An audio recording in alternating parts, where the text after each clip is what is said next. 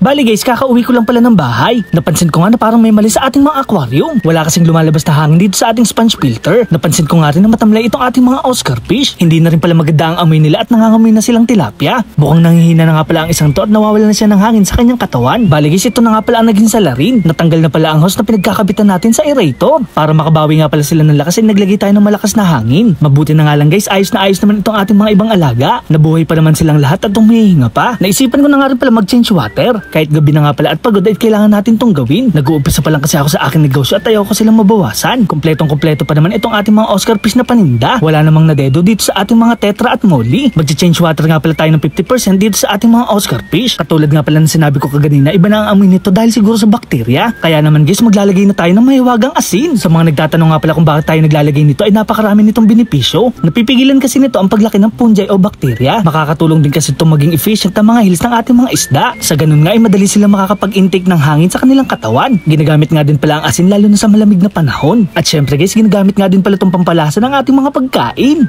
Char! Sa paglalagay nga pala nun ay gumanda na ang kanilang pakiramdam. Gumanda na nga rin pala ang kanilang kondisyon at naging aggressive na uli. Sana nga ay may napulot na naman kayong aral kay Kuya Boy Macho Nurin. So paano guys, hanggang dito na lang. Maraming salamat sa panonood.